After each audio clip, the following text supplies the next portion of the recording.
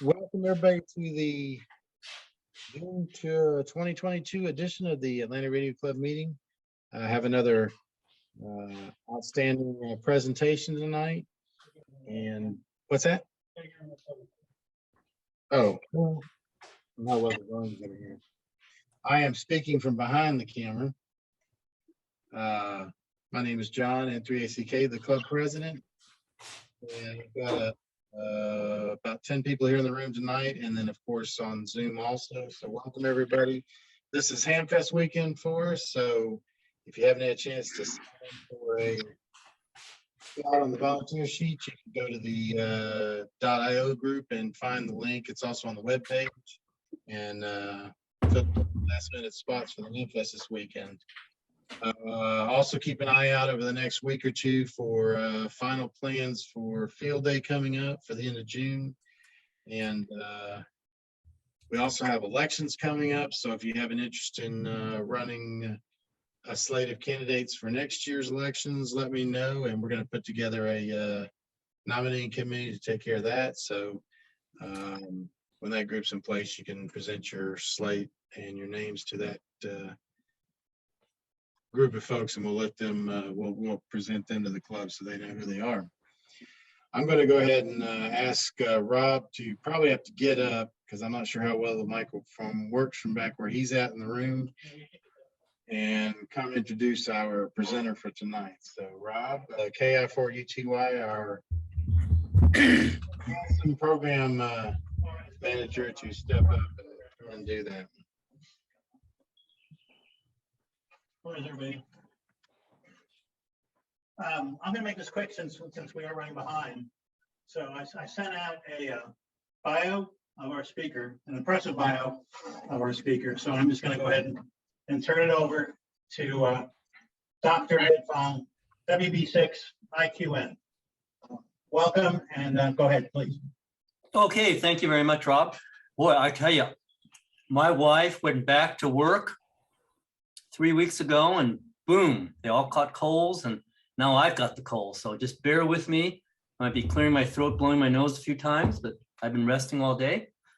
But okay, thank you very much, Rob. Yeah, my name's Ed Fong. I teach at the UC Santa Cruz, teach electrical engineering, and right now I've got 3 courses I'm in charge of: an antenna class, a wireless communications class, and a high-speed I/O. But tonight we're going to talk about antennas, if my voice can hold out here.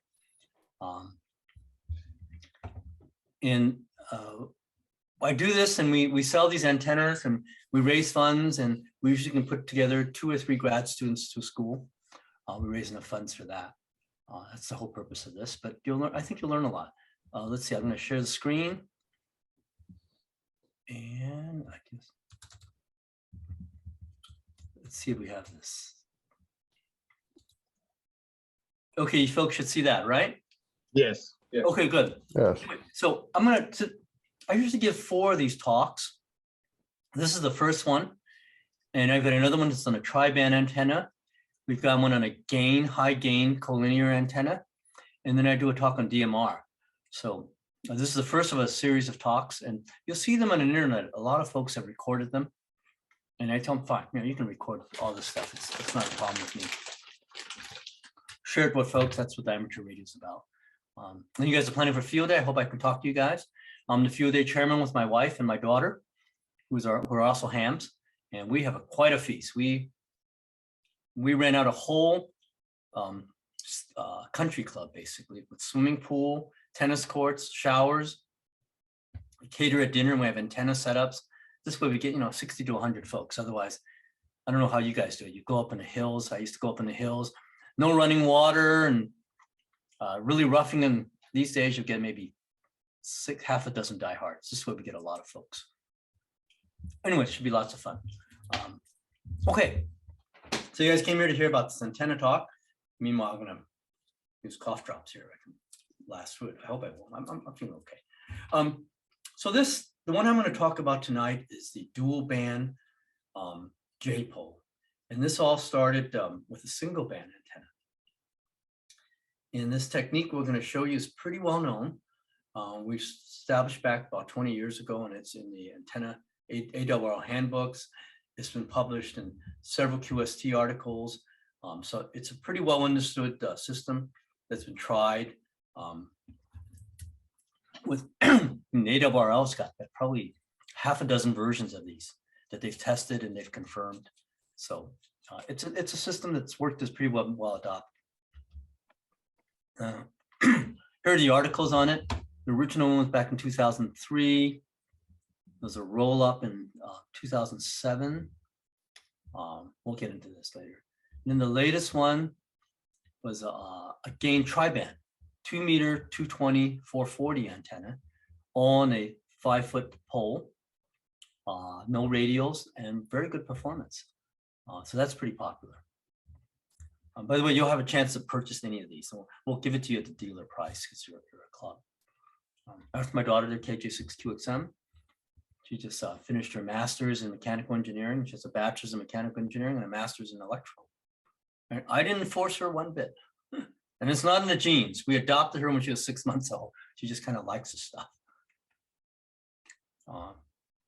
And we also have had to patent a lot of this stuff. You know, our original intent was not to patent the amateur radio antennas. We patent a lot of things at the university, but my intent was not to patent these antennas until people started copying them. When they started copying them and selling them as our antenna, then the legal advice we got from the university attorney Michael Kaufman said, you have to patent them. And that's the only way you can protect them. So the antenna I'm going to talk about tonight, we did not patent because it was too late. But subsequently, the triband antenna, the gain antenna of how to get gain out of a collinear, we all had to patent. It was kind of upsetting when people started copying it in the mid-2000s, selling them, and even selling them as our antenna. Buy the Ed Fong antenna from us. I don't even know who they are. And a lot of them we purchased. They didn't work very well. They didn't really understand the details of how to get this antenna to work right. If it works right, it works great, but it's very, very intricate. We order all of our materials. We order it down to the coax. Our coax is even special ordered for us, custom made.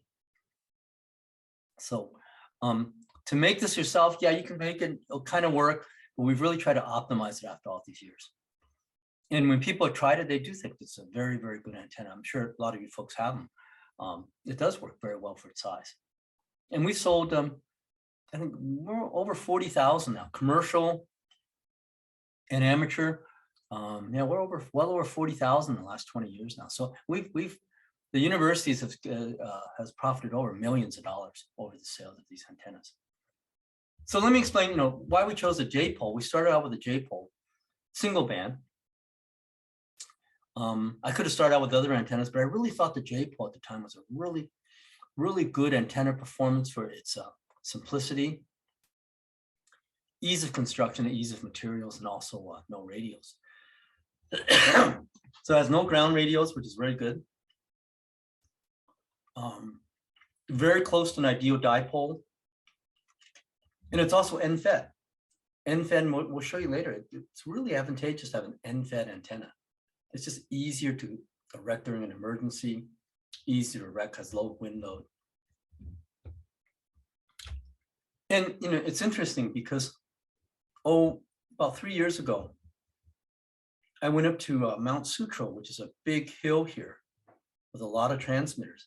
You know, what's really interesting is I took a picture of this tower, and there's about a couple of dozen antennas in here. And I can't see a single one of these antennas that still uses radials. If I only had a picture of this 20, 30 years ago, you see most antennas we use with repeaters and things that had ground radials, which means it was based on a ground plane design, not a J-pole design. And you know, the J-pole, I think it took some convincing that the J-pole was a better design for VHF and UHF. It's taller, but doesn't require radials. And the thing that people soon realize is it's a DC shorted design. That is, if you put a multimeter across it, it reads a DC short, 1 or 2 ohms or 0 ohms, which is great because that means it's got a built-in lightning protector. In an antenna like, you know, a dipole, for instance, a standard dipole, you got the center conductor and you got the ground, and then you got the coax and you have an insulator here. That's a DC open. In other words, if you run the coax and you put an ohm meter across it, it's an open circuit, which means it's very vulnerable to lightning. Lightning can induce stuff because it isn't a short. And if it induces more than 40 volts, most radios will burn out unless you have a lightning protector. And the whole idea of the lightning protector is it's a gas usually that shorts out at about 40 volts and discharges. But the great thing about this J-pole is, well, it's a DC short. You don't need a lightning arrestor. It's always discharging. The only thing that's not discharging is the frequencies that it's designed to work at. You know, in our case, 2 meters, 146 megahertz, and UHF at 445. That's when you put the network analyzer, it's 50 ohms with all others, but at DC, it's 0, it's shorted. So you can't beat that. And I think it took the industry some convincing for UL approval, but they were finally convinced that, yes, this is a good design. So again, when you look at this, I don't see a single ground plane type antenna, which means people have converted. So the J-pole, I was introduced to it almost 30 years ago. And prior to that, what were we mostly using? Dipoles and ground planes made of an SO239 connector, flip it around. We would solder on a 19-inch copper number 14 wire, put some ground radios, and it would work. We just didn't have much to compare it to. Reads a low SWR, it must function, and they did work. But you'll find that when you use a J-pole configuration, and I'll explain this later on, it actually has about a 1.5 dB gain over a ground plane. And it's not significant, but it's noticeable. Noticeable, but not significant. And really, considering its simplicity, I think it was excellent performance. When I first saw one of these, it was just in a ribbon J that Denny Monticelli, AE6C, gave me a sample of. And I looked at it, I brought it home, I tried it out. I really liked it, simple. And it was my idea to put it into a PVC pipe. And, it should last for years. With the new PVC, UV protected, they guaranteed for 30 years in the sun. And they do. We've had ones for over 20 years up in repeater sites, and they're fine. So this is an older slide. We've delivered well over 40,000. Really excellent price to performance ratios. Absolutely excellent. Simplicity. And once you get the materials right, it really performs well. But what I want to talk about, and again, you see different versions of this, and we'll get into it. What I want to talk about today is how do you make it dual band? How do you add a UHF to it? Because by the year 2000 or so, the dual band HTs were coming out, the dual band mobiles. What people wanted to see was, could you, or could I, make a economical, easy to construct dual band antenna? And I started looking into this because people will notice that most VHF antennas would also resonate on its third harmonic. Almost any antenna would do this. If you make an antenna that resonates at 100 megahertz, like a dipole, for instance, or ground plane. If you know antenna design, it will also resonate at odd harmonics. That is, if you make an antenna at 100 megahertz, it would also resonate at a good SWR at 300, 500, 700. If you look at a Smith chart, you can easily figure this out. No, that's not to say it will perform well.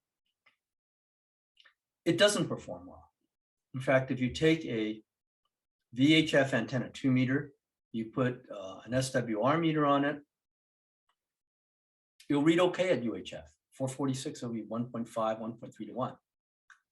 Until you start using it. When you start using it, you say, wait a moment, but this thing doesn't perform very well. The strong repeaters always, I'll let that ring. The strong repeater will always do fine. But at a weak repeater, hang on, let me see who it is. It's by caller ID.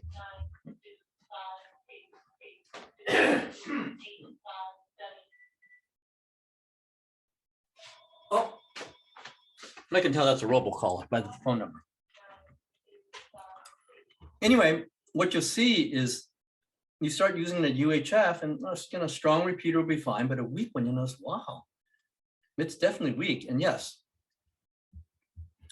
if you quantify this, it's about 6 to 8 dBs less than a standard half-wave vertical dipole at UHF.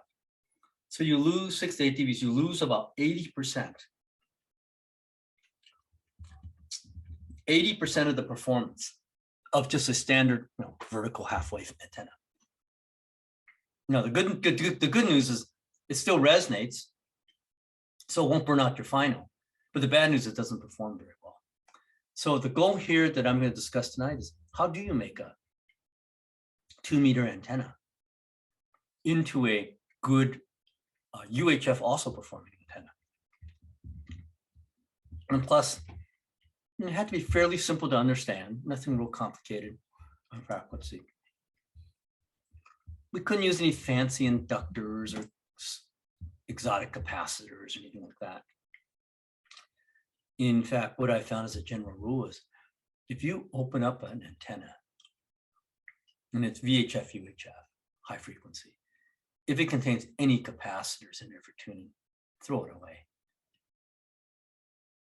Capacitors, if you buy capacitors at VHF, UHF, especially ceramics, if you put it on a network analyzer, they might measure 10 picofarads at 10 megahertz. By the time they get up to VHF, UHF, they're way off. They've got series inductance with it, resistance with it. It's a mess. And there's no guarantee what it is at UHF, except usually it's lossy. So if you open up an antenna that claims to operate at VHF, UHF, and it really has ceramic or even mylar capacitors in general, that's not a very good idea. That's not what most professional antenna designers do up at those frequencies. So I tried all kinds of things. Again, I wanted to get a basic J-Pole, 2-meter VHF one, and try to get it to also work at UHF. Because if you were to quantify this, if you were to simulate a VHF half-wave antenna in free space, this being the sky, this being the earth, this being sea level, it will look like this. Vertical dipole. At the fundamental, you'll see this. At the fundamental, that's what you're used to seeing. So at the top, looking down, it's a 360 degrees vertical dipole pattern, which is a pretty good pattern because here's the sky and it creates a null. It creates a null here, and most of your energy goes out of the figure 8 pattern. And at sea level, it's just the optimum. So again, this is the earth, this is sea level, and this is the sky. But now if you go to the third harmonic in free space, that is, in our case, 145 megahertz at 2 meters, but 445 at UHF, the pattern totally is different. It's not what you want. It's what's called a 4-leaf clover effect. In fact, if this is at sea level, you've only got about 1/4 of the power here. 75% of it goes into the sky. That's where the 6 to 8 dB loss is. Your cloud warming, it goes into the sky. About the only good it will really do is if you're talking to the International Space Station, if you're talking to an airplane, that you'll find that it will work fairly well. But in general, if you're talking to sea level terrestrial, no, you lose about 75%. So through this talk, let's see if we can figure out how to get a single antenna to look like this pattern, both at VHF and UHF. So the only thing you really have to know here to really understand this is from a Smith chart. Standard Smith chart, if you're familiar with it, we teach a whole class on it. In my antenna design class, we spend a good 3-4 weeks on just a Smith chart, how it's derived and how it works. But all you need to understand for this lecture is that if you get a quarter wave stub like this is a UHF one, about 5 inches, that's a UHF one. If it's an open circuit at one end, open circuit like this, you actually read a quarter wave later, which is actually, this is longer than that. Quarter wave stub later, it'll read a short circuit. That's kind of hard to believe, but that's how waves are. An open circuit, a quarter wave later will be a short circuit. And similarly, if I short one end, a quarter wave later at that particular frequency, it will be an open. So that's important to know. Antenna designers really rely on this. Because here's how we do the J-Pole compared to the ground plane. See, here's a halfway radiator. This is done on a twin, 300 ohm twin. This is that 300 ohm twin. Half wave of that would be 37, 38 inches or so, 37, 38 inches or so. So normally we would feed it in the middle, and that's exactly how this is done. You make it out of copper. You have to put an insulator there because it's a low impedance only in the middle, 72 ohms or 50, 65 ohms or so. So if you make a vertical dipole like this works fine, except just mechanically, it's not very good. You have to put an insulator there. Plus you have to put it on an arm because you have to hold it up with a mass. And, you know, for a repeater antenna on top of a hill that's experiencing 100-mile-per-hour winds, that's not very good. I can tell this one will not hold up very well in the storm because all that's holding it together is solder. Solder is really soft. And if you put this up in the hill, after years, that would just break right off because there's a lot of torque on. Let me show you an example.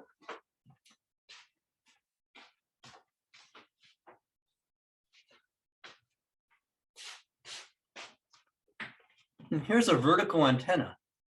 I can hold up a vertical antenna fairly easily. It's just a weight on coming down. But a mechanical engineer would tell you if I laid this horizontally, it's much harder to hold up because there's gravity pulling. It's R cross F. It's a lot of force because of the weight at R cross F. That's the distance times the force. It's much harder to hold up than holding it up like that. So over time, that would just break off. We've done this. You can't solder. You have to weld it. You can weld something, but you can't solder it because you would like this arm really far out. The further out you get it, the less this couples. Because right now you could tell the pattern, although you can get the SWR low, the pattern is going to go towards this direction because that's going to act as a reflector. You have to get this pretty far out for this not to affect it. But by the time you get it pretty far out, the mechanical force of that node, you'll have to weld it. You will not hold together with solder. You'll break with enough wind and over time. So that's not a very good configuration physically. And electrically it's fine, but just physically, how do you implement this? So we're saying if you center feed this, that's very difficult mechanically. If you end feed it, it's a high impedance point here. Remember, it's a low impedance point here. That's high current, low voltage. That's why you can feed it with 50 ohms. An antenna radiates at its tip because it's a high impedance, high voltage, low current. If it's high voltage, low current, that means it's a high impedance here. So that's why that Smith chart I showed you is pretty important. How do you feed this antenna with an end feeding? It's high impedance, several thousand ohms at least, several thousand.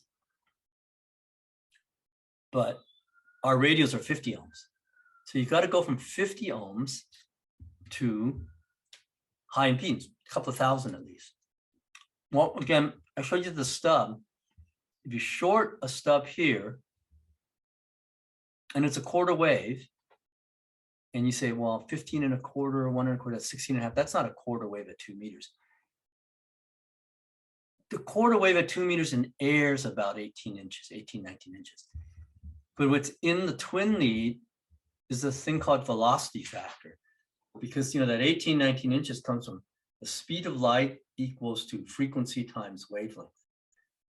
If you use C for the speed of light of 3 times 10 to the 8th meters a second, and if you use frequency, it's equal to 145 megahertz or so. The wavelength will be about 2 meters. But it's not and then a quarter of that will be about 19 inches, 18, 19 inches. But if it's in the twin lead, the plastic dielectric will slow down the speed of light. In fact, it slows it down by about 20%, 15, 20%. So the actual quarter wavelength of a twin lead typically is about 16.5 inches, not 18, 19 inches. Again, the formula C is equal to F times lambda. You can't use the speed of light in air. You have to use the speed of light in the material, which is about 3 times 10 to the 8th times about 0.8, 20% less. So that's what it is in the twin lead. And you still short the bottom. So you short the bottom, it's got to be 0 volts. 0 volts short circuit, right? But as I told you before, as you go up quarter wave, that's a short circuit going around a quarter wave on a transmission line. It's infinity. I mean, probably not infinity, but in the thousands of ohms. So it's awesome that DC short circuit is in the thousands of ohms up here. And here is where, when you're transmitting, how the voltage front looks like. Remember, the voltage in a dipole is high on the ends, low in the center because it's the low impedance point, and high in the bottom end. And it's the same thing here. It's a short circuit here. You go quarter wavelength, it's a high impedance. So it's a high voltage there, low current. So that's how the voltage looks like in this transmission line at 2 meters. And then you say, okay, great, 0 ohms here. And it's a few thousand ohms here, maybe more. So there's got to be 50 ohms somewhere. And 50 ohms is closer to 0 than infinity. And you start finding a tap. Well, the tap comes up to be about 1 to 1 1/4 inches, about 50 ohms. So that's how a J-pole works. I'm sure a lot of you guys have built it. It's a good antenna. It performs better than a ground plane. So a lot of people have built it. When copper was cheap, I've built these before. And I still have my students built these. In fact, I have one right here. We do this as a class exercise. It goes to show you that you can build antennas really durably. That's a J-pole, just like what I showed you. They work, but you really do have to figure out the costs and what the antenna is going to be used for. And the advantage of technology is we try to increase performance or keep performance the same and lower the cost. This is a pretty expensive antenna to build. It's about about $40 in copper now. And as far as nature is concerned, this is still halfway. Here's the quarter wave stub. You've made the transmission line with this J. Here's the short circuit. Here's the short circuit enlarged there. So you need some T connectors, you need some couplers, you need some elbows. You need a lot of pieces to build this thing. And sure enough, at about 1.5 to 2 inches, you can jump this. You can put an SO239 there, solder it across. Does it work? Yeah, it works. The only caution I have of this antenna, besides the cost, it kind of looks ugly. It won't work at UHF. I know I told you, third harmonic. The problem is, it does kind of, but it doesn't work really well at all. It's more than 8 dBs. The reason why is because in order to jump this, right, this transmission line made of this copper, the distance is limited by your T and your elbow, and it's about a little under 2 inches. The problem is that UHF a little under 2 inches, that's a little bit too much exposed because the quarter wave is already 5, 6 inches. So what happens is at UHF, this piece starts radiating horizontal polarization. You can't afford to lose any more power in this. I already told you this configuration loses 75% of its power at UHF. You can't afford to lose another 30% there by that jump. And then this transmission line coupling is not a very good transmission line coupling at UHF. So this antenna, if you're going to build it or you already have one, works well for VHF. kind of expensive, but we found that UHF, it's a pretty poor performer. Here's another solution to this idea of trying to get rid of the 2-meter section resonating at UHF, because if it does, you get that 4-leaf clover pattern. So this is an ARRL design, which I thought was pretty clever. They have the J-pole here. So you notice this one's longer than mine because we put ours in a PVC pipe. This is an air. So yeah, they do use 19¼ inches because this is an air. It is not in a plastic. What they end up doing to cure the UHF attenuation factor is they put a 6.5-inch piece here, which makes it 2 J-poles in one. Here's the UHF J-pole. And by the way, there's a clever way you can feed it with one feed line. And here's the VHF J-pole. And of course, you know, we've tested these. We have one.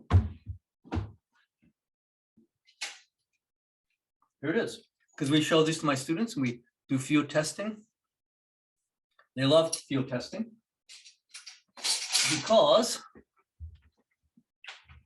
most of our programs are a lot of analysis. I don't know how many of you guys have engineering degrees there, but most of it's analysis and bookwork, a lot of math, Fourier transforms, impulse response, and either the J omega stuff with attenuation, cosines and sines. But whenever I get a chance to test out an antenna, they love it. And we've got, you know, spectrum analyzers in the lab, and network analyzers, and we've got all the really good equipment. So they love to do this. So when we tested this, we found that it worked better than a standard J-pole at UHF. As at VHF, it was okay. The matching was kind of bad, but 1 point still was below 2 to 1. I wouldn't prefer that, but it worked at VHF. And at UHF, supposedly this part came in, but what we found was since you feed it with one feed line, it sees 2 low impedances, one at UHF, and also from the VHF antenna. Remember, the VHF antenna is still resonating at UHF. So basically, to make a long story short, when you feed signals into this antenna, the ARRL, VHF, it's okay. UHF, half of it comes into the proper antenna, which is this part, but the other half, since they're both low impedances, goes into this part. So what can you conclude about that? 50% of the energy is correct, but the other 50% of the energy is going into the VHF portion. It's a UHF signal. So that signal loses about 70–80% of it. So half the signal loses about 70–80% of the signal, and the other half is okay. So have I lost anyone here? The guy sitting in the conference room there, raise your hands if I've lost you. Okay, raise your hands if you're listening. Okay. Raise your hands if you kind of follow me. Okay, just the person in front. Okay, that's pretty good. So this is an okay antenna. It costs about $60. So how are we going to fix this thing? I just showed you the problems. And here's another one that's very popular. Larry Seebeck passed away, a friend of mine, 2 years ago. He was really intrigued by everyone was called the Slim Jim antenna on the internet. But everyone claiming that it had 6 dB gain. Well, it doesn't have 6 dB gain. It just performs like a VHF roll-up J-pole. And I think it's still, his website's still up. He really spent his life trying to debunk it. Come on, guys, don't believe this. I don't know who came up with this. It does not give you 6 dB. But I do give a talk on how to get 6 dB on an antenna. We investigated this. We actually had a grant from ATD Alarms to develop a 6 dB, reasonable cost, easily built antenna. I can give you a talk on that if you like. Great for GMRS, by the way. We sell a lot of that for GMRS. But it will also work for UHF repeaters. We'll make a UHF repeater version of it. Awesome. So what did we do? Here's how we did it. Here's the secret. Let me have to show hands those 4 guys. Do you guys already know the secret? Good. I'll tell you the secret. Simple. Remember, the ideas have to be simple. If you're fairly technical, you should be able to experiment and build it and get your standard nice pattern back at UHF. So remember, I said the matching at UHF was not a problem. you can get most 2-meter J-poles or antennas to resonate at UHF. Resonate is one thing. It's necessary, but not sufficient. So here's how the waveform looks. At VHF, the voltage looks like this. Short circuit 0, and it peaks at the quarter wave point. So without all the math, how does it match at UHF? Here's how it matches at UHF. It just goes an extra turn around the Smith chart. Again, in the Smith chart, it's every half wave. That Smith chart represents a half wave. So remember I said a quarter wave is half the wave. If you go all the way around, that's a half wave, and you return back to the same impedance, the same point you started with. So you keep that in mind. So it looks like this from a voltage, if you were to read the voltage meter through this transmission line. At UHF, it starts out at 0, it's a short circuit. It peaks out at about 5 inches. It goes back down to 0 at about 10 inches, 10, 10 and a half. And then at 15.25 inches, peaks back up again. Remember, wherever there's a peak voltage, that means the current's low, it's a high impedance point. So it's a high, they're both high impedance points at VHF and UHF. That's not the problem. The matching is fine. Don't touch the matching. But at UHF, what it wants to see is about 11 to 12 inches. If it doesn't, see, in a regular J-pole, if you would have cut it off at 12 inches, this would have worked great for a UHF antenna. But for a VHF antenna, but hang on here, let me clarify. If you would cut this off at 11 or 12 inches, it would have worked great as a UHF antenna. But it isn't. It continues to 37.25, 38 inches or so. So what happens? When you feed a UHF signal, it comes up here. I would have loved it to cut off at 11, 12 inches. It'll work great. It'll work like a regular J-pole, but it doesn't. The current continues. The wire continues. The current that's injected continues in the wrong direction. Now it starts pulling that wave up. That's where you get these lobes. That's where these lobes come from, because the current that you injected didn't stop at 12 inches. It continued, so it starts pulling the wave up. Not good. So what is it that you want? You want an open circuit here at UHF, back to that quarter wave stub. A short circuit here at 4.25 inches. Actually, let me get a stub here.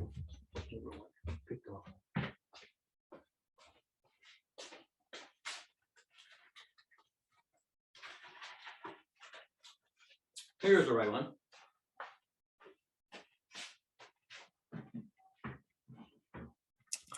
It's about 5.25 inches, no, about 4.25 inches. That's a quarter wave stub at UHF. That is, if I short this end, if I short circuit this end according to the Smith chart, short circuit it, 0 ohms, 4.25, 4.5 inches later, it's going to be a high impedance. So you experience hams that probably played around with these quarter wave stubs. What it says is only at UHF, 445 in our example. You short circuit this, here's the shoe, here's the center conductor. That will be a high impedance. Probably not infinity, thousands of ohms. So that when a UHF signal comes through here, electrically it sees nothing. It's a trap, right? For you HF guys, it's a trap. We can make traps at HF with an L and a C. And even then it's hard. If you ever made traps for a trap dipole, I don't like trap dipoles. I've measured the losses of them. It resonates, but they're lossy. They work, but they're not that popular. You're better off with a fan dipole. But imagine a trap at UHF. You could never make that out of an L and a C. you'll be too inefficient. So you make it out of a transmission line, and it works. Because at VHF now, at VHF, the voltage 0, it looks like a high voltage here, high impedance point here. That's not resonant at VHF, so the wave goes all the way through. So you would get a half wave waveform for VHF here like that. And at UHF, hopefully none of the currents go through. You'll just see the halfway radiator here. And there you have it, dual band. Any questions at this point? The guys in the audience here, you 4 gentlemen. Is that kind of clear? You guys kind of catch on, or have you lost? Raise your hands if you understand that. 1, 2. Uh-oh. The ones that don't understand. Buy one and you'll see. Buy one and you'll be a believer. And help out my students. So we also made a roll-up version of this. Again, it's just a roll-up. I'll show it to you. I'll roll it here.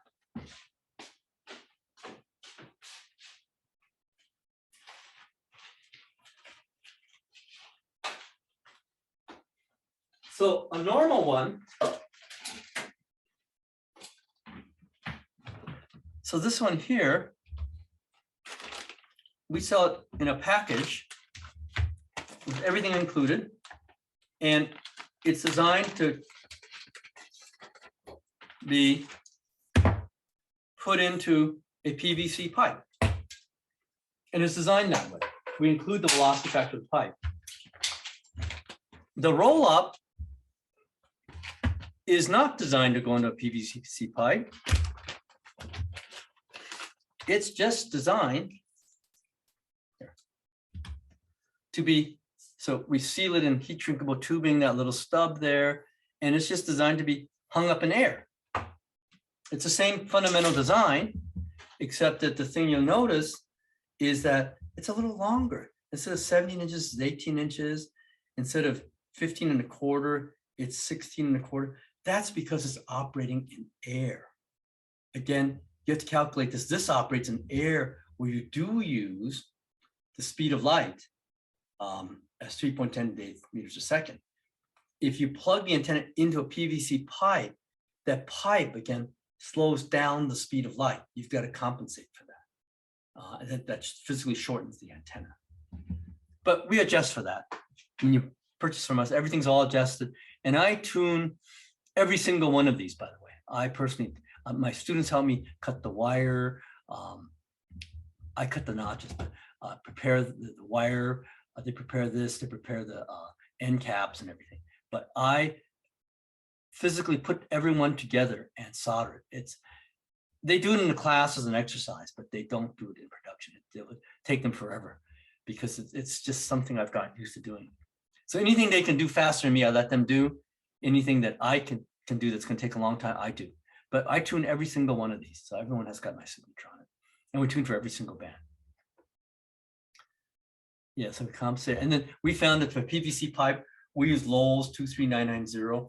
We find RFYs that work the best. The Home Depot one's okay too.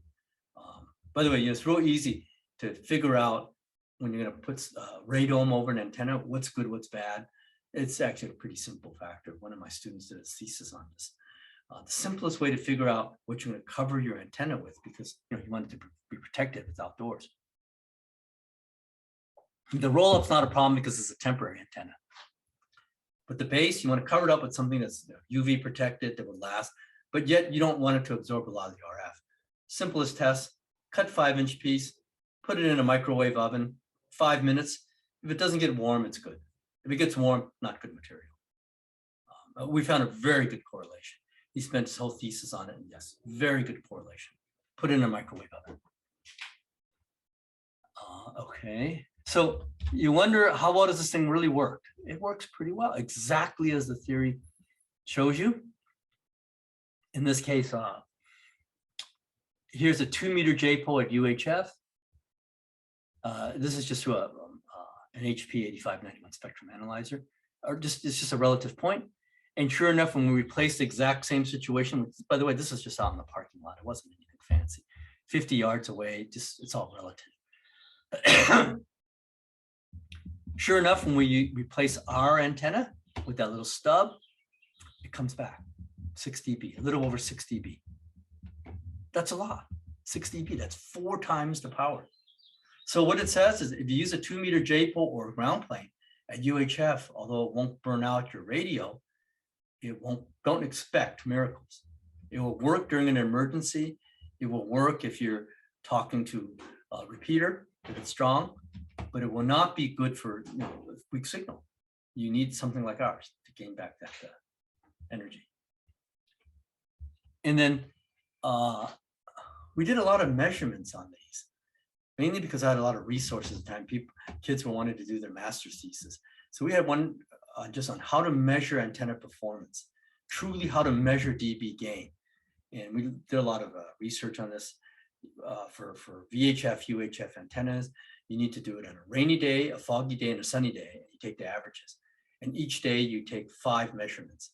So this is based on 5 measurements on a rainy day, a foggy day, and a clear day. And sure enough, if you do that, that's 15 measurements.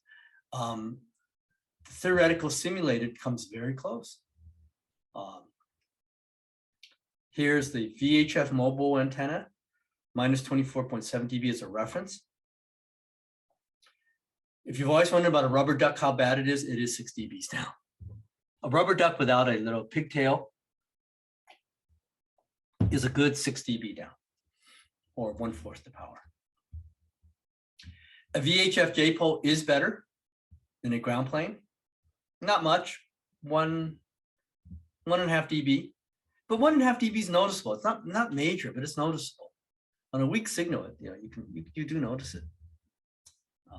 It's about an S unit, half an S unit or so. But here's the interesting part. And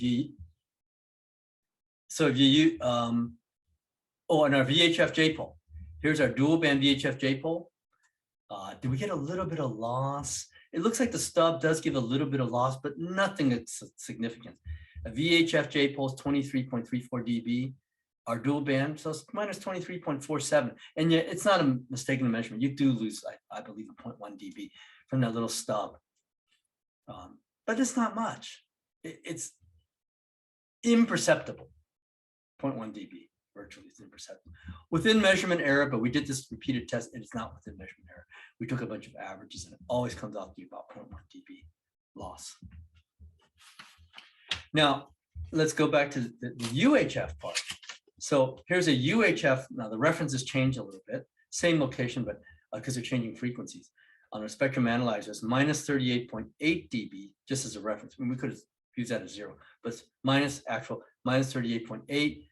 You use a rubber duck, lose about 3 dB. Actually, some really good rubber ducks work quite well. It depends on your handy talkie. Because at UHF, the rubber duck is 4 or 5 inches. It's getting close to a quarter wave. So it doesn't have the loss like at the VHF, where it should be 18 inches and a rubber duck 6 inches. That's terrible. So at UHF, the losses on a rubber duck aren't too bad. In fact, we experimented around and we found that some really good rubber ducks on a good HT with a good ground backing, the larger ones especially, they're pretty good. Not quite to a quarter wave ground plane, but pretty close. Now, a standard J-pole, VHF J-pole only without that little resonator we put on there is terrible. It's a good 6 dB, at least 3 or 4 dBs off from the rubber duck. So yes, it confirms that you measure it. It definitely has the losses. And most people recognize it. It's when you start using a standard VHF antenna on UHF, although the matching's good, the performance, you do notice it. But as soon as we put that little, it goes to show you engineering, put that little decoupling stub, boom, it comes right back. You get back 3 or 4 or 5 dBs. That's really significant. So it does work. Here's our measurement. When we originally did these, we used our Oates 8753D.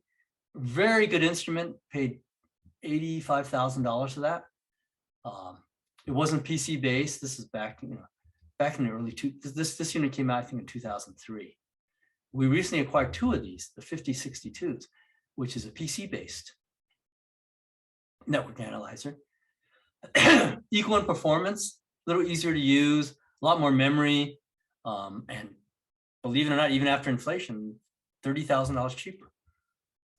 So these are very good. That's what we use now. We've got 2 of those.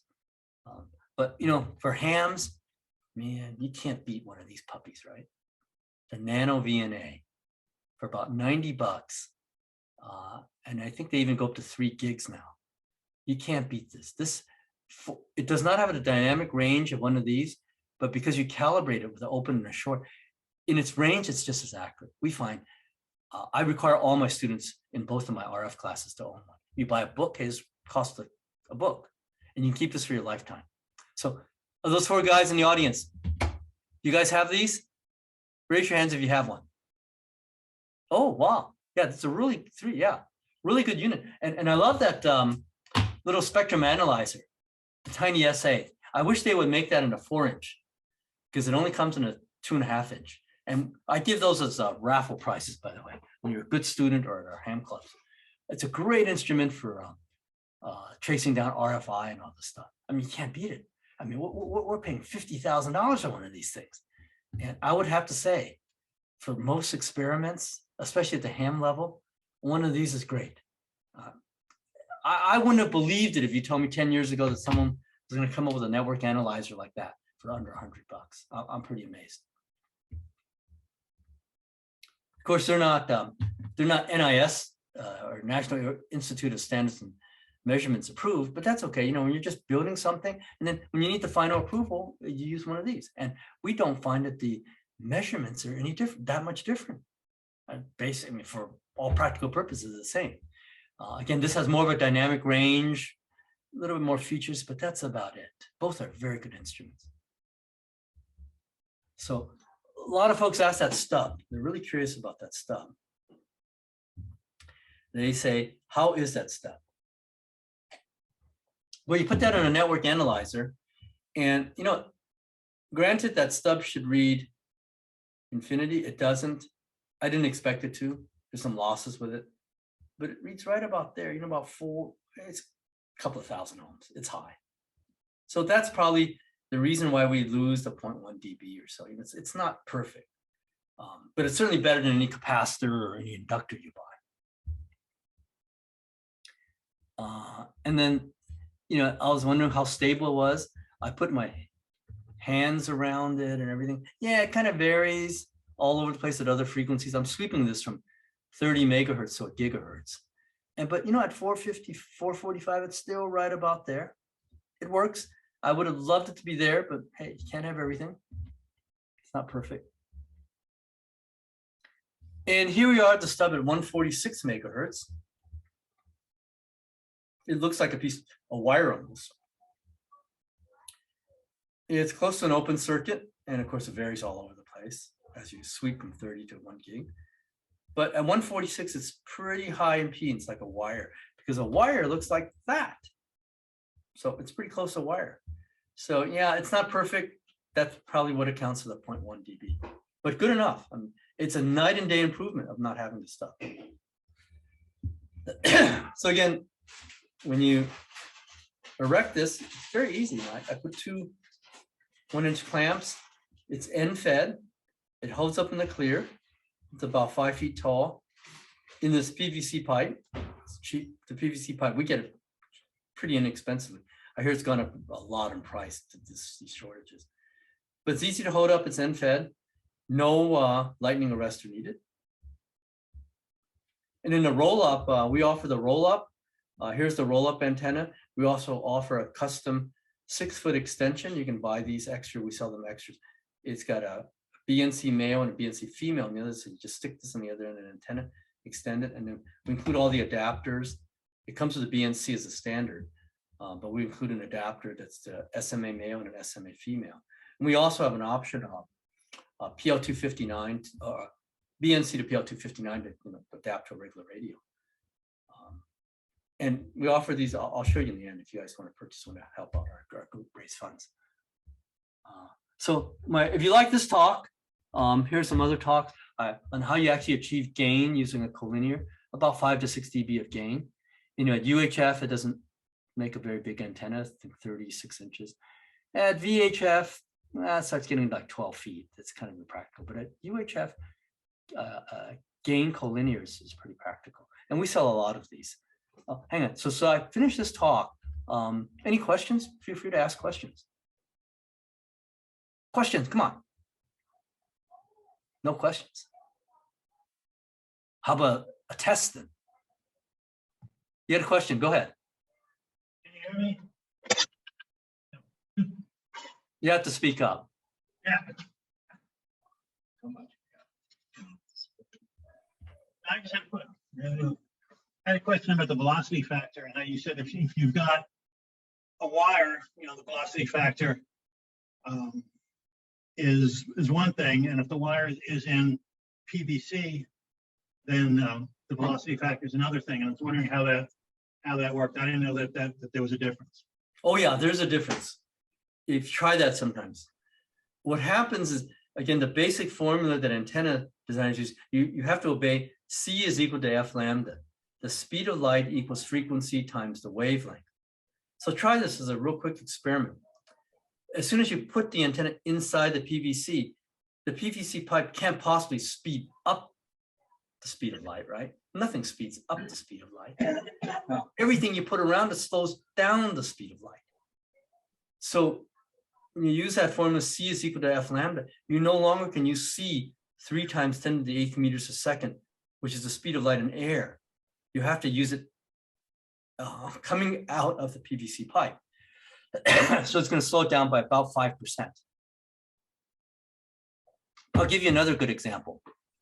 If you ever worked on submarines that go underwater, well, when you take an antenna, if you have to still water, let's say you take a 2-meter antenna, dipole, for instance, it would be about 18, 19 inches on each side. As soon as you lower that antenna into water, let's say it's the still water, the salt doesn't bother it. Let's say ignore the salt. You will find that it will no longer resonate. It's not the antenna's bad, it's because water has a velocity factor of about 0.5. That is, it slows down the speed of light by about 50%. So if you were to make that antenna all of a sudden about 9 inches on each side, it will resonate again. I do this with my students. They're amazed at that. So go take a, if you have a ground plane antenna and you raise up your hands and you have a network analyzer, cover it in PVC, the resonance will go down. Because you're taking the basic antenna formula, the speed of light equals to F lambda, and the speed of light is changing. It's no different than, you might have noticed this, you may have not. If you build an antenna, I noticed this when I was young, but I didn't study antennas. Every time I would build a dipole antenna, you know, follow the rule, 468 over the frequency in megahertz will give it to you the half wave dipole in feet. I always had to trim it. I always had to trim it because I was always using insulated wire, because the insulation slows it down slightly. And by the way, it slows it down at different frequencies, of course. At higher and higher frequencies, it slows it down more. So the velocity factor of materials is not constant in frequency. It increases, obviously, as you go up in frequency. But even at HF, I noticed that I always had to trim the thing, regardless of how accurate I thought it was. That's why. So does that answer your question? Yeah, I was wondering, is that because of the interaction between the electric field and whatever's around it? Right. That was happening inside the wire, but I know there's a field around the wire. Yes, it affects the field, the way it radiates. It just slows, and water is the best example. Water will slow down. You shine a flashlight through it. If you can measure the speed of light, that light going through that water would be about half the speed, because you're going through a medium. The speed of light, the way we know it, is through air, but not everything's air. Anything you put in front of it will slow it down. Block it or slow it down. Thank you. Oh, you know, the other thing that maybe you EEs will know, I try to teach this to my students. The idea that I like to convey the point that electromagnetic waves, RF signals, behave directly opposite of DC. I'll give you an example. You know, when I gave that example of why is it a short equal to open equal to short? Well, put it this way. Everything is opposite when you're dealing with radio waves. I'll give you an example. A block of wood, we consider an insulator at DC.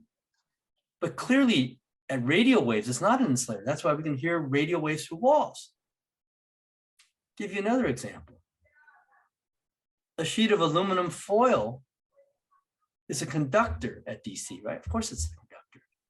But if you put an aluminum foil in front of a radio wave, it acts as a shield.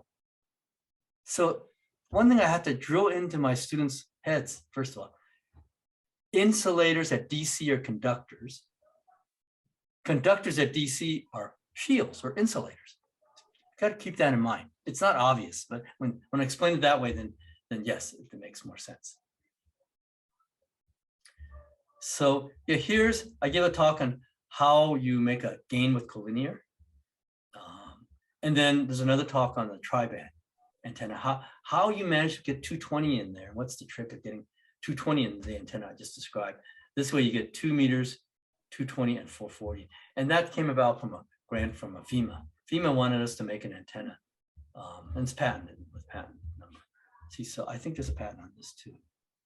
Yeah, there's a patent on this. Yeah, after that we had to patent all our stuff because people started copying it. And the big manufacturers, in fact, a Comet wanted to buy this patent from us. I don't think they wanted to make it. They just wanted to get us off the market because we only sell this for 60 bucks. Yeah, you guys get it for $60 for a triband antenna that performs quite well as their antenna. It takes away a lot of the market. Of course, we're not in it to make a lot of money, just enough to support my students and something for them to do, and they learn manufacturing. So that's another talk I can give. Here's some cool radios. I don't sell these. I just think we give a lot of these, for triband. As raffle prizes at our clubs, and field day we'll have a raffle. They're pretty good. I don't know if you guys try these radio oddity radios, and I'm sure you have the Baofeng. The Baofeng, actually, if you use it properly, works fine. They have a triband version for a little bit more money, and it looks the same, but it covers 220. This is to answer the question of people that, what's on 220 and what radios I can get. We have these three, and we use these as evaluations in our lab, and it's quite good. I mean, this one's $100. They'll do 220, 2 meters and 440, 200 memory channels. It will also do 350 to 360, which we can't use as a handband here, but in other countries you can. It's got good menus. It's got 4 VFOs. And again, we give these out as raffle prizes. We've given away at least a couple of dozen of these, and people really like it. I even want one. I use it. I think for the money, probably not as good as an ICOM, but they're pretty good. Plus, they come already open, so you can cover FRS, GMRS, MERS, Marine. It's pretty cool. Okay, I was going to talk about this. We used to give a talk on this. We designed this for County Com, a contractor. It was on a military contract. And they gave us 200 of these for free because we didn't charge them, but I'm all out. These went really fast. Really, we wrote the software. It's an SDR radio, receive only, it doesn't transmit. We wrote the software for the single sideband detection, and it works really well, but sorry, we're out. They gave us 200 and we sold them all out in a hurry. But here's how in the end, like a preacher, here's how we raise funds for our group. That dual band antenna I just described to you, we make it in handband 144 to 148, 440 to 450. We also make a commercial band one, which will cover GMRS, FRS, and MERS. And we normally sell it for $49 off our website, and we have some distributors that sell it for about the same price. It's $45 plus $4 in shipping. So it's $49. But if you buy it through the club, I'll send a spreadsheet to Rob. It's $32. Really a deal. And that's good, 20–30% off the retail price. And that roll up I just was explaining to you, which is, no, we don't give a talk on it. It's the roll up version I showed you. It also includes a 6 feet extension, BNC, SMA female adapter. Again, it retails for $49, and through the club here, it's $32. Pretty good discount.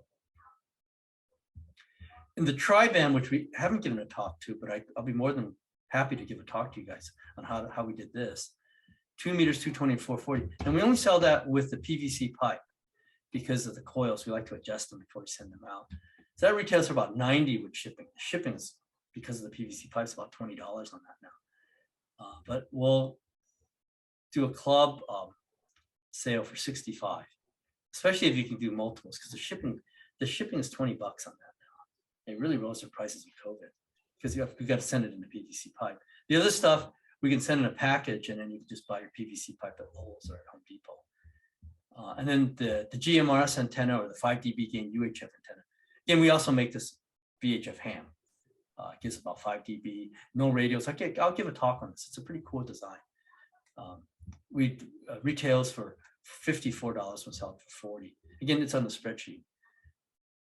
And the extension for the roll up, if you need extras, it's good to have extras.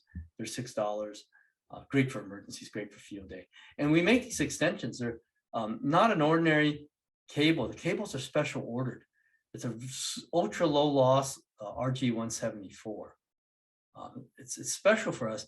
It's got advantages and disadvantages. Super low loss. We're just going after low loss. It's made of copper instead of nickel plated braiding. So it could get oxidized. It probably won't last as long. Not designed to be left outdoors, but for temporary, it's fine. If you open it up, it's just full copper shielding. And not only that, it's not woven. So this is special order. We special order, 2,000 feet at a time for this stuff. But we tested it. It's very low loss.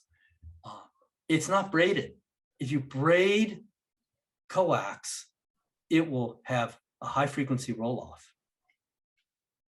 I mean, just like if you were to pour water through it. If it's braided, there's resistance. So what ours is, if you dissected it, it's straight copper, non-nickel plated, straight shielding. And that's done because the dielectrics are glue they use. We don't make this, but we custom make it. We go through a company called Maya Cables.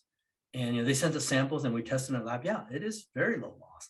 It's about the loss of RG58, but the diameter and flexibility of RG174.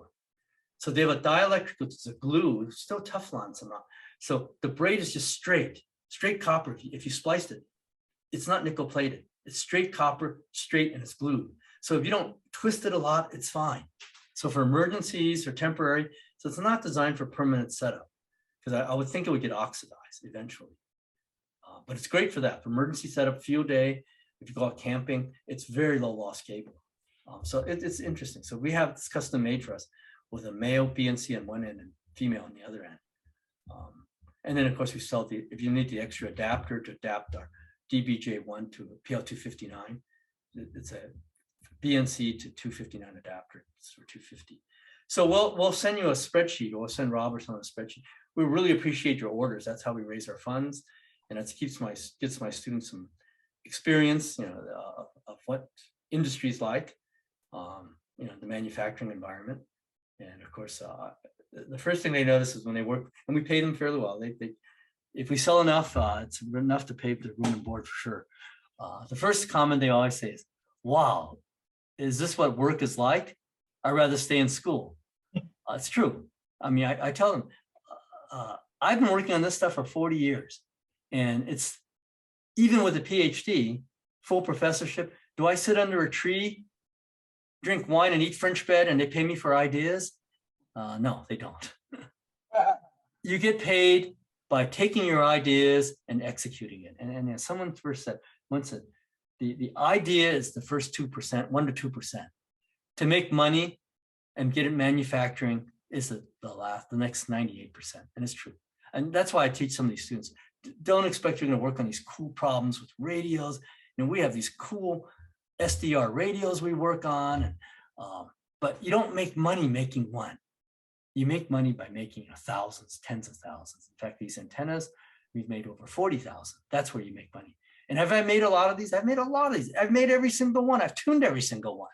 I don't prepare all the pieces, but I do put everyone together. I spend a lot of my time doing this for my students. So anyways, I hope you ordered. That's how we raise our funds, and it's for a good cause.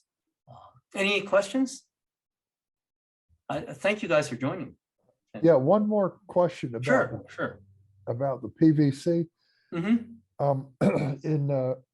Excuse me, one of your slides you mentioned that a particular type from Lowe's That's right. had worked, seemed to work the best. Yes. What kind of variation is there in the different brands of? Remember, PVC is to hold pressure of water and UV light protection now. They don't have me in mind. So what we find is with the Lowe's 23990, and this other company which is harder to get, the NAPCO. if you go to a gardening place, you should be able to pick up NAPCO PVC. We find that if you pick it up from the same manufacturer, it's consistent. But other manufacturers have other contaminants in it because it meets their spec. The spec is to hold 200 psi of water, not have a low, what's called a loss tangent absorption of RF. Okay. So the good news is there's Lowell's all over the place, and this NAPCO stuff, some people, gardening places carry it. That makes sense. Thank you. Yeah. So again, if you're not sure, ask I give you a sample, bring it home, put it in your microwave oven. Okay. 5 minutes, gets warm, junk it. It should stay room temperature. At least all the tests we've done, it stays room temperature. All right. Very enjoyable presentation. Sure. by the So way. so Thank go you. experiment Very with some of this informative. stuff. It's really fun. If you guys are hams, you guys have field day, you should have fun. I think we're gonna have more fun than you guys. Hey, you guys go out where there's no running water and porta potties and all this stuff, or do you guys have a nice park to go to? That's the nice part. We're not at a country club. Okay, repeat that. I didn't hear that. We're not at a country club. Like it's- Oh, you're not at a country club? No. We're boardroom. Hey, you got to come to our place. So That sounds we good. raffle off a laptop computer, also one of those quad band radios. We have a Baofeng radio, it's a tri-band and a single band. Let's see, a bunch of other cool prizes, flashlights, emergency services. We have a big lithium ion battery packs, and the BioEno one. And then here's our menu. This is what you got to do. It's lemon chicken, fried rice, Chinese chicken salad, mixed vegetables, and what else do we have? I think we have one more. Oh, and a bunch of then people bring in desserts. So that's how you attract 50, 60 folks. And then you say, it's free swimming all day with showers and you want to play tennis, you're fine. And then plus, if you want to make contacts, we got some radios you can make contacts with. And where is that going to be? Oh, I just send you the invitation. Come on by. It's in Sunnyvale, California at the Fairbrae Swim and Tennis Center. That's a cool thing. Two more questions. The PVC, And it's all free. By the way, it's all free. the PVC is schedule 40. Say again? PVC is schedule 40. No, it's scheduled 200 PSI. Okay. One more question. What's your DMR talk about? I mean, Oh, the DMR talk, Yeah. basically DMR radio, what's it about, what you can do with it, how it saves bandwidth, how it saves power, how you program one up. code plugs. Yeah, code plugs. Yeah, all about code plugs. We're gonna keep you in mind for that. Yeah, are you guys into DMR? It's kind of fun. Use that. Thanks. Thank you. Yeah, it's fun. I discussed the theory behind it. It's a very efficient means of communications, and then it's great for traveling. If you want to, my daughter went to school in Boise. I just set her up with a DMR radio and the node there, and we talk. So yeah, there's over 7,000 nodes throughout the world. So as long as wherever you're going, as long as you know the DMR node there, you're on. Yeah, you got to set up the code plug, and then you can arrange a schedule with somebody and say, hey, I'm going to be on so-and-so, and you can be where you're at, and you can be here, and we can all talk. Yeah, our club has a DMR repeater. Oh yeah, isn't it pretty cool? Yeah. And it's fairly popular around the area. Yeah, you monitor the worldwide with 91, 93 channel. It's always busy. And it's great to demonstrate for folks. Like there's always this guy in Crete that's always monitoring. He always gives a good demo. So yeah, if you guys aren't familiar with it, I'll give a talk. If you're familiar with it, then it's pretty redundant. So I hope you guys want to help us out. That's again how we raise our funds, and I torture through giving all these talks. And my voice is still holding out. So if there's no further questions, hey, thanks a lot for inviting me. And I'll give Rob a spreadsheet you guys can order. Plus, don't be shy about the GMRS antenna. That GMRS antenna, we make a UHF version for repeaters, great for emergency repeaters. It's not very tall and it gets good gain. So with that, I will end it. And it's dinner time for me. It's past dinner time for you guys. Bedtime for us. That's bedtime. That's right. But, That is correct. So I'm going to stop sharing. all right. Well, thank you very much. Very, very informative. You're very welcome. Um, So invite me back some other time. Sure, anytime. Now, my talk schedule is a good 4 to 5, 6 months down the road. I get invited all the time. I schedule, just have to schedule me in, that's all. Okay, we'll do. Okay, okay, I'll pay. Thanks a lot. Thank you very much. Take Enjoy care. your You day. bet. You guys have a good evening. All right, good evening.